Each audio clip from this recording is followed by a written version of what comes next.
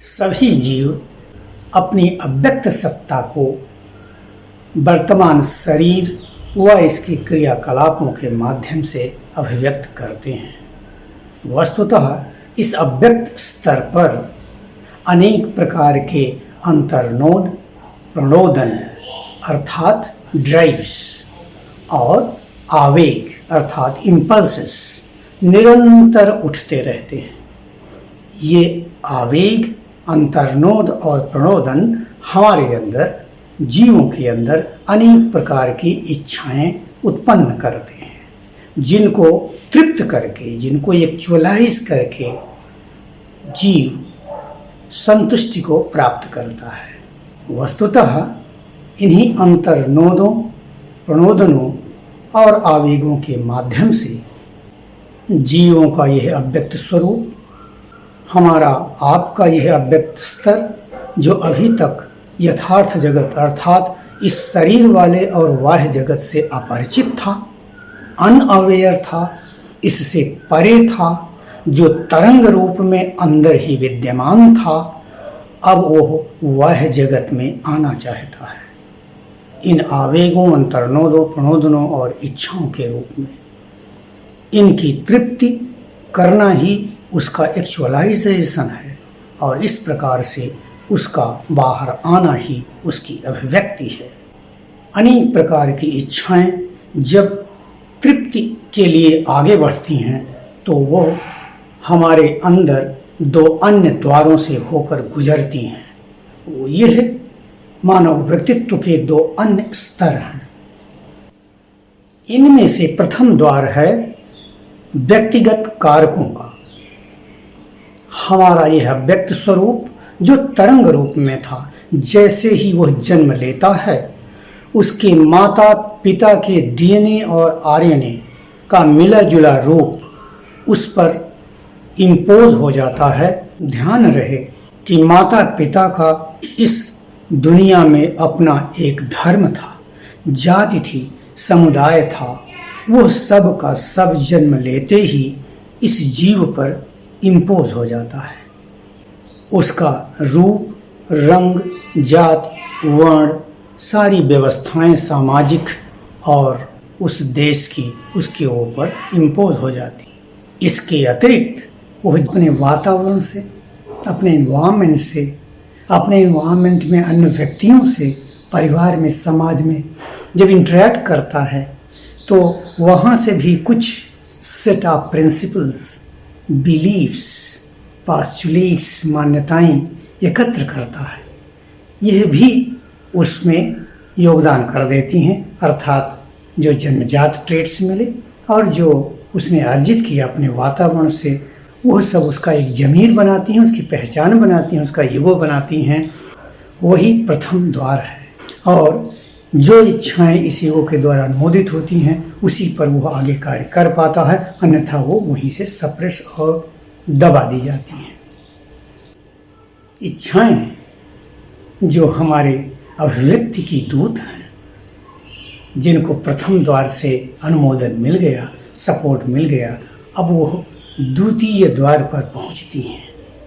द्वितीय द्वार है हमारे परिवार, जाति, धर्म, समाज, देश व राज्य के नियम कानून का। इसका अवेयरनेस, इन सब का एक जागरूकता या एहसास ही दूसरे द्वार का निर्माण करता है। यह दूसरा द्वार वस्तुतः बाह्य जगत का है। ये इच्छाएं जिनको हमारे व्यक्तिगत स्तर अर्थात ईगो ने अनुमोदित कर दिया, सपोर्ट कर दिया, अब वो इस लेवल पर आकर के, अर्थात जिसको हम सुपर ईगो लेवल भी मनोविज्ञान की भाषा में कहते हैं, वहाँ पर अनुमोदन नहीं मिला तो वो यहाँ से सप्रेस कर दी जाएंगी। और जिनको अनुमोदन मिला अब उनको हम बाह्य जगत में साधन जुटाना और उनके फुलफिलमेंट का प्रयास करना शुरू कर देते हैं। अब यह निर्भर करता है हमारे सामर्थ्य पर, आंतरिक और बाह्य जगत में साधनों के जुटाने के सामर्थ्य पर, कि हम उन इच्छाओं को तृप्त कर पाएंगे या नहीं। यहाँ पर जब हम तृप्त नहीं कर पाते तो हमें फ्रस्ट्रेशन मिलता है। जो इच्छाएं प्रथम द्वार, द्वितीय द्वार पर सप्रेस की गई वो या तो वापस निचले स्तरों पर चली जाती हैं या तो वो वहीं पर रुक करके ईगो लेवल पर या सुपर ईगो लेवल पर वहीं पर रह करके वो अपने तृप्ति का इंतज़ार करती हैं, अवसर ढूंढती हैं। परंतु यहाँ ध्यान रहे, ये सप्रेस इच्छाएं हमारे व्यक्तित्व को, हमारे अंतःकरण को असंतुलित करने की कोशिश करती हैं।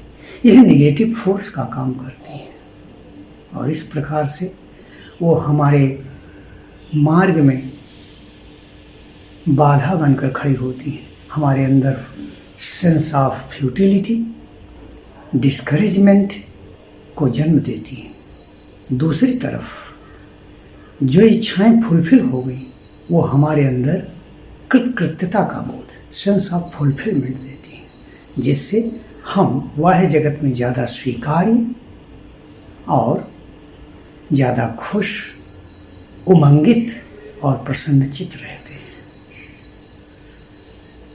इस प्रकार से यह संघर्ष अर्थात जो हमारे अंदर उठने वाले आवेग, अंतर्नोद और प्रणोदन थे, जिनको फैंटेसी कहा जाता है, who do not recognize any kind of imposition of reality, they when try to come into reality, if supported and fulfilled, they are actualized, they are realized, and thus they beautify our personality.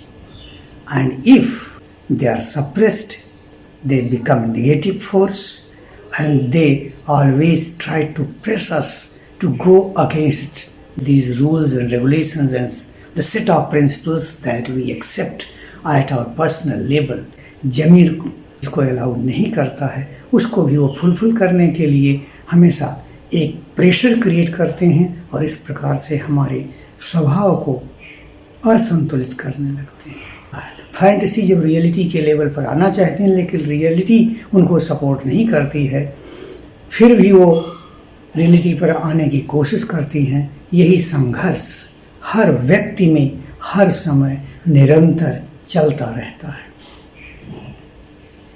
कभी कभी यही बच्चों को, व्यक्तियों को इनके खिलाफ जाने के लिए प्रेशराइज कर देता है और वो anti social, anti legal activities में भी लिप्त हो जाते हैं। इस प्रकार हम देख सकते हैं कि इन्हीं कारकों के कारण हर व्यक्ति की अभिव्यक्ति, क्योंकि उसका ज़मीर, उसका ईगो और सुपर ईगो सबका उसका एहसास अलग अलग होता है, इसलिए उनकी इच्छाएं और व्यवहार जो व्यवहार में प्रकट होती हैं वो भी अलग अलग हो जाती हैं।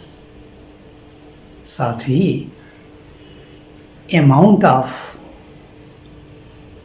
आउटपुट ऑफ देयर एक्सप्रेशन, मतलब उनकी अभिव्यक्ति का जो आउटपुट है हर व्यक्ति में इसीलिए अलग अलग हो जाता है। कुछ तो केवल अपने जमीर और बाह्य वातावरण अर्थात सुपर ईगो के द्वारा इतना सप्रेस कर दिए जाते हैं कि वो अपनी किसी भी इच्छा का क्रियान्वयन ही नहीं कर पाते या ज़्यादा का नहीं कर पाते, जिससे वो पूरा हतोत्साहित, फ्रस्ट्रेटेड और एकदम कुंठित जीवन बिताते हैं। और कुछ योगः कर्मसु कौशलम, जो कर्म में कुशल होते हैं, अपने को अभिव्यक्त करने का जिनके पास अवसर है, जिनका ज़मीर इस तरह का है, जिनका परिवार और समाज ऐसा है, देश ऐसा है कि अलाउ करता है, सपोर्ट करता है और वो आगे बढ़ते हैं, उनका व्यक्तित्व निखरता है, वो सुंदर, संतुष्ट, सुखी जीवन की ओर अग्रसर होते हैं। कि जब यह अभिव्यक्ति आगे बढ़ती है, शरीर में बायोकेमिकल प्रोसेसेस भी हो रही हैं, इनसे भी हमारा बिहेवियर संचालित होता है that is called timely utterance, अर्थात समय की मांग और समय की अभिव्यक्ति। आपकी स्थिति किस समय क्या है, वह जगत और वातावरण आपका कैसा है, वह भी बहुत कुछ रेगुलेट करता है।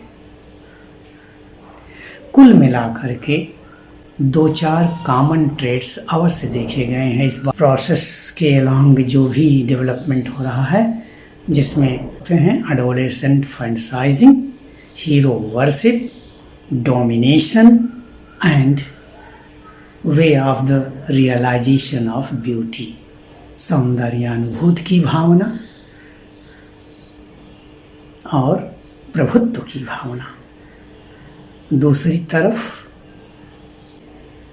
किशोरावस्था का जो फैंटासाइजिंग है, जो उफान है, उमाड़ है भावनाओं का, वो भी, और हीरो वर्शिप, अपने से श्रेष्ठ के प्रति आकर्षित होना और उसकी पूजा करने लग जाना, अर्थात उसको फॉलो करने लग जाना। ये प्रवृत्तियाँ सभी मनुष्यों में कॉमन हैं। यही पूरे ह्यूमन कंडक्ट को कंट्रोल करती हैं, सुनिश्चित करती हैं।